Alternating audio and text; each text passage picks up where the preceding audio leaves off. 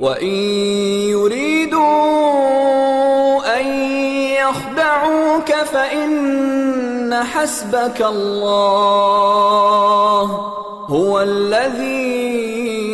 أَيَّدَكَ بِنَصْرِهِ وَبِالْمُؤْمِنِينَ۔ وَإِن يُرِيدُوا، وہ یعنی اور ان یریدو اگر وہ چاہتے ہیں چاہیں گے، ان یخدعوک ان کے یہ فعل مضارع کی علامت، کاف تو مخاطب کی علامت، خدعا اس نے دھوکہ دیا، یخدعو وہ دھوکہ دیتا ہے یا دے گا، یخدعون وہ سب دھوکہ دیتے ہیں یا دیں گے کا آپ کو۔ ان یخدعو کا نون جو ہے وہ کاف کی وجہ سے حذف ہو گیا، ان یخدعو کا کہ وہ آپ کو دھوکہ دیں، فَإِنَّ پس ان بے شک، حسبکا کافی ہے آپ کے لیے اللہ آپ کے لیے پھر کافی ہے۔ گھبراؤ نہیں، اگر وہ جھک گئے ہیں صلح کے لیے تم بھی جھک جاؤ اور اللہ پہ بھروسہ کر لو، اللہ سمیع اور علیم ہے۔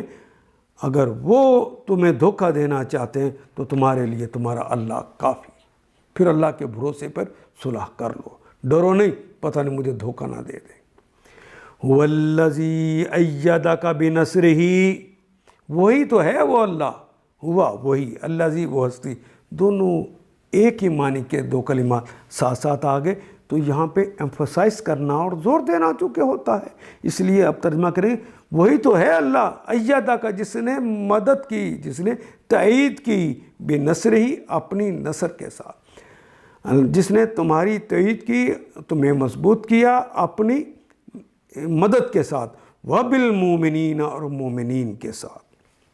وہی تو ہے جس نے اپنی مدد سے اور مومنوں کے ذریعے تمہاری تائید کی۔ ان آیات کو ایک دفعہ پھر تلاوت خود کیجیے، عربی مبین پڑھتے ہوئے دیکھیے کیا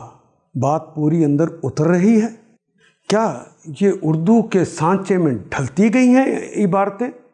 اگر بات سمجھ آنی شروع ہو گئی تو الحمدللہ یہی ہمارا ہدف ہے اور یہ ہدف پورا ہو گیا۔ اللہ میرا اور آپ کا حامی و ناصر۔ الف لام